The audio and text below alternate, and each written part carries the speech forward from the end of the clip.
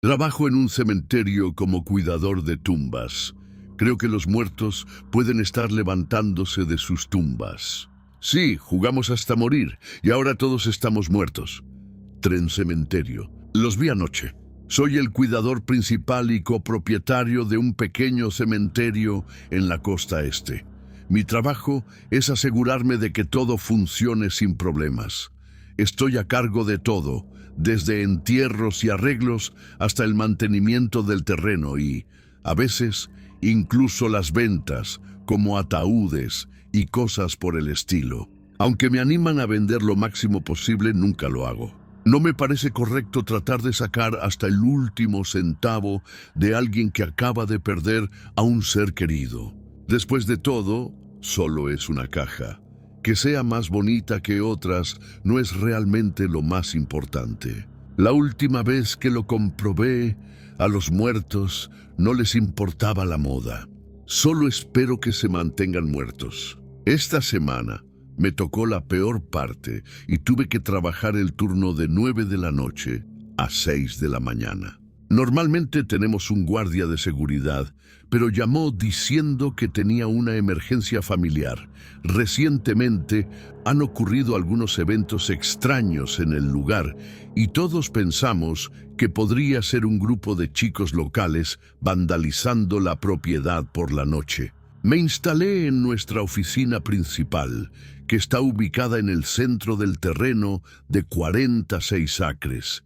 Había un viejo VCR en el salón que llevaba años ahí, y cuando presioné reproducir, me sorprendió ver Abbott y Costello Meet Frankenstein con letras antiguas. Frankenstein estaba a punto de atrapar al personaje principal cuando escuché lo que parecía una pequeña explosión afuera, y luego otra y otra más.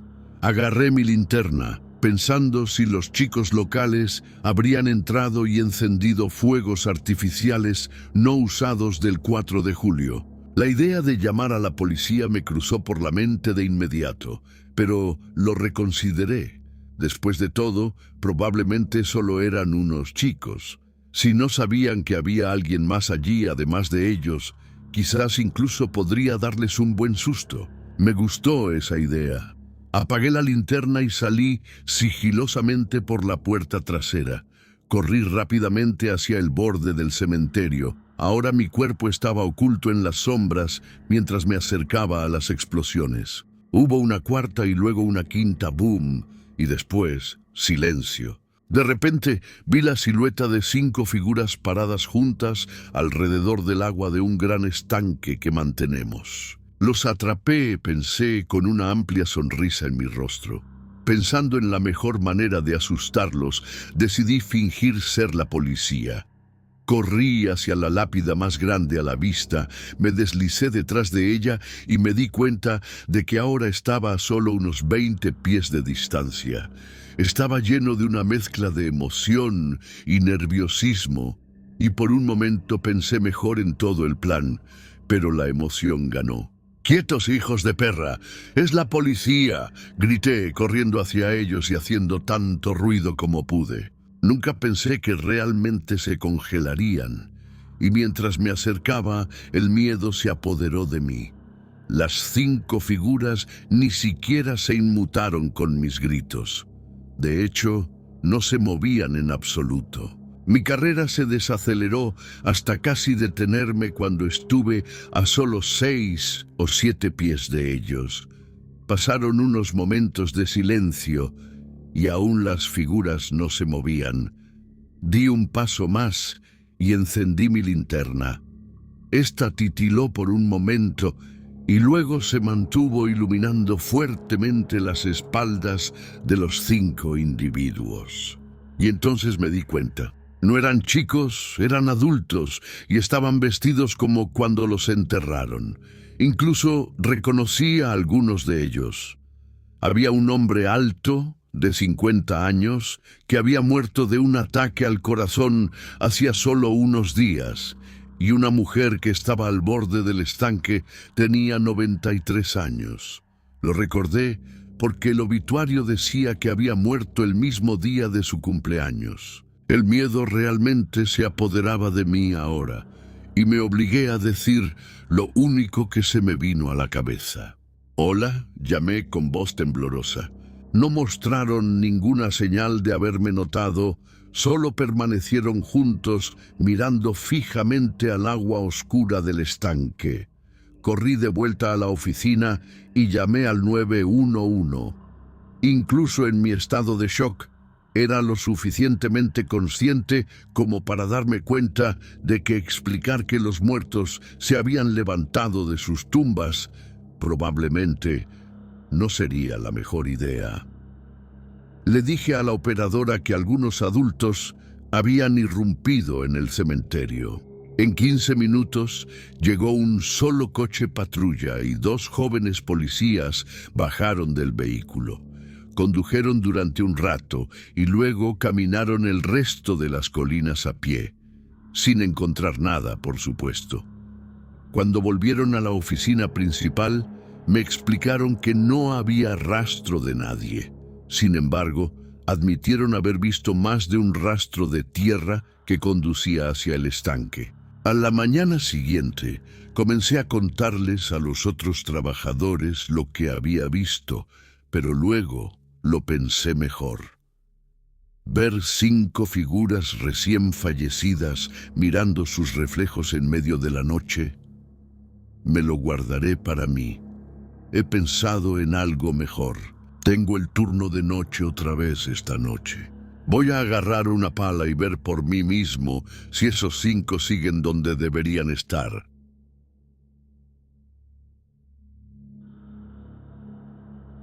Soy el cuidador de uno de los cementerios más antiguos de Irlanda. En esta época del año, los locales se ponen un poco inquietos. En esta época del año, el peligro acecha en las sombras de mi cementerio. Es por las fiestas de invierno, ¿sabes? Las familias en duelo vienen a visitar. Su desborde emocional altera a los locales. Y cualquier persona que se quede aquí después del atardecer es propensa a tener un encuentro. Eso fue lo que le pasó a la pobre señora O'Reilly. La vi desde la ventana de mi caseta, paseando frente a una fila de lápidas de los años 90. Había una brisa seca de invierno y una niebla tan densa que no podías ver tus propios zapatos. Definitivamente no era una noche en la que quisieras quedarte atrapado afuera. Me puse el impermeable y los guantes y la alcancé en la ladera de una colina empinada, cerca de una lápida con fecha 13 de octubre de 1997. «Buenas noches», le dije. Ella gritó y se giró bruscamente. Me recosté. No quería asustarla. Soy Sean, el cuidador del lugar. Ella se llevó una mano al pecho y dijo: «Oh, lo siento mucho. Me asustó terriblemente. Mis disculpas». El viento silbaba entre las ramas torcidas de los árboles esqueléticos a ambos lados de nosotros. Miré a mi alrededor y dije: «Ese viento debe estar calándole hasta los huesos. ¿Qué hace aquí a esta hora?» «Bueno, temo haber perdido el rumbo. Ni siquiera recuerdo por dónde vine». Giró la cabeza de un lado a otro. «Siento que he estado caminando en círculos. Realmente necesito llegar a casa con mi hija. Debe estar muy preocupada». Tenía que hacer que la señora entrara antes de que la situación se volviera peligrosa. «No se preocupe. Venga conmigo. La llevaré hasta la puerta». «Eso sería maravilloso. Gracias, señor». Su voz se desvaneció, esperando que completara la frase. «Donnelly, pero puede llamarme Sean». Me quité el sombrero a modo de saludo. «Encantada de conocerlo, señor Donnelly». El camino se curvaba en una forma de S perezosa. Era un sendero estrecho con zarzas y arbustos a la izquierda y una fila de lápidas a la derecha. «¿Cuánto tiempo lleva trabajando aquí?», preguntó, soplando aire caliente sobre sus manos. «Ya casi 25 años. ¿Y alguna vez le molesta?». «¿Qué cosa?». Señaló una lápida cercana. Estar tan cerca de, ya sabe, imagino que ha tenido algún que otro susto a lo largo de los años. Solo cuando recibo mi cheque de pago. Ella se rió. Es curioso, nunca me he considerado supersticiosa, pero tan pronto como se puso el sol, empecé a imaginarme cadáveres saltando de sus tumbas. Casi esperaba que una mano podrida me agarrara el tobillo. Cuando eso sucede, lo mejor es golpearlos con una pala. Usualmente los manda de vuelta a dormir. Ella me miró fijamente. Es broma, es broma. Oh, forzó una risa. Por supuesto. Más adelante, hacia el final de una pendiente, se encontraba mi cabaña. «¿Señor Donnelly, falta mucho?», preguntó algo inquieta. Se dio cuenta de que no íbamos hacia la puerta. Realmente debería irme a casa. La puerta está cerrada con llave y las llaves están dentro. No tardaré nada en recogerlas. Entre, Mary, así podrá calentarse un poco. Preferiría que me llamaras señora O'Reilly. Hizo una mueca de disgusto. Espere, ¿cómo supo que me llamo Mary? Carraspeé y dije, debió mencionarlo cuando estábamos en la colina. Limpié mis pies contra el felpudo de bienvenida y la hice pasar rápidamente por la puerta. Mi cabaña tenía una sola habitación que servía tanto de sala como de cocina. Sobre nuestras cabezas, unas polillas revoloteaban alrededor de una bombilla desnuda. Señalé un sillón acolchonado junto a la chimenea y dije, tomé asiento y quítese ese frío de los huesos. Es usted todo un caballero, casi me muero de frío allá afuera. Bueno, está en el mejor lugar para eso. Ella rió. Oh, sí, muy gracioso. Después de quitarme el abrigo, me dejé caer en la mesa y me puse mis gafas de lectura. ¿Tiene hijos, señor Donnelly? 2 hijos, ya mayores, pero aún me piden dinero. Revolví entre los cajones del escritorio. Señor Donnelly, no quiero parecer desagradecida, pero de verdad tengo prisa. Por supuesto, deme solo un momento y encontraré esas llaves. Deben estar por aquí. Coloqué un iPad sobre la mesa. ¿Qué es esa cosa?, preguntó. Es una computadora. La uso para algunas tareas diarias. Fue una pesadilla aprender a usarla, pero es más fácil que llevar el registro de tanto papeleo. Ah, dijo de una manera que indicaba que realmente no había entendido. Durante los siguientes minutos luché con el dispositivo. Algo sobre actualizaciones obligatorias. Señor Donnelly, ha sido un verdadero placer, pero de verdad me gustaría... No tardaré. Señor Donnelly, dijo bruscamente. La bombilla desnuda se iluminó y se atenuó. A mi izquierda, la ventana sobre el fregadero tembló en su marco. Agradezco su hospitalidad, pero mi hija me espera en casa. Le agradecería que me llevara a la salida ahora. Afuera, el viento se intensificaba y la lluvia golpeaba la cabaña de costado, que de repente se sentía muy, muy pequeña. Mis labios se volvieron secos como el hueso. Esperaba tener todo listo a estas alturas. Claro, pero ¿qué tal una taza de té primero? No, dijo firmemente. He esperado suficiente. Esperaba que le importara más llevarme a casa, pero claramente está más ocupado con su pequeño... Buscó la palabra correcta. Artefacto. Alrededor de la habitación, los muebles empezaron a arrastrarse por el suelo y las sombras proyectadas por el fuego se alargaron y distorsionaron. Dije en voz baja, si pudiera solo... Ella se levantó de la silla. No, muéstreme la salida ahora. Maldito iPad, todavía no funcionaba. Planeaba tener todo listo para este momento. La siguiente parte era mucho más sencilla con ayudas visuales. Cuando la señora O'Reilly dio un paso adelante, el aire se volvió demasiado frío, demasiado amargo, y el espacio sofocante se llenó con el nauseabundo olor de la descomposición. Dije, solo estoy terminando unos papeles, luego la llevaré a casa con Molly. Frunció el ceño. ¿A casa con...? ¿Cómo supo? ¿Quién le dijo? De repente mi respiración empezó a empañarse y la ventana se cubrió de escarcha. Señor Donnelly, ¿qué está pasando? Su voz ya no salía de su boca, venía de todas partes en la habitación. Cuando dio otro paso hacia adelante, un líquido amarillo comenzó a salir de su oído, goteando sobre las tablas del suelo mientras burbujas de sangre brotaban de su boca. Dime cómo sabes sobre Molly. Un fragmento afilado de la clavícula sobresalía de su cuello y su hombro izquierdo se torcía de manera antinatural. ¿Cómo supiste mi nombre? Ahora podía ver materia gris a través de una fractura en su cráneo. Al diablo con el iPad, pensé, lo haremos a la antigua. Al otro lado de la habitación, la puerta de mi dormitorio estaba abierta. Me lancé hacia ella en un intento desesperado. «Dime qué está pasando», gritó. Y mientras lo hacía, por toda la cabaña los armarios de madera se abrían y cerraban violentamente, los platos de porcelana explotaban y las ollas de metal retumbaban sobre la encimera. Cerré y aseguré la puerta tras de mí, aunque sabía que no ofrecería ninguna protección. Me agaché bajo la cama y saqué un álbum de fotos, mientras mis articulaciones crujían por la rigidez de los años. Con manos temblorosas pasé frenéticamente las páginas, pero la puerta estalló en pedazos. Ya no había ninguna señora O'Reilly, solo perturbadoras ondulaciones de rasgos humanos.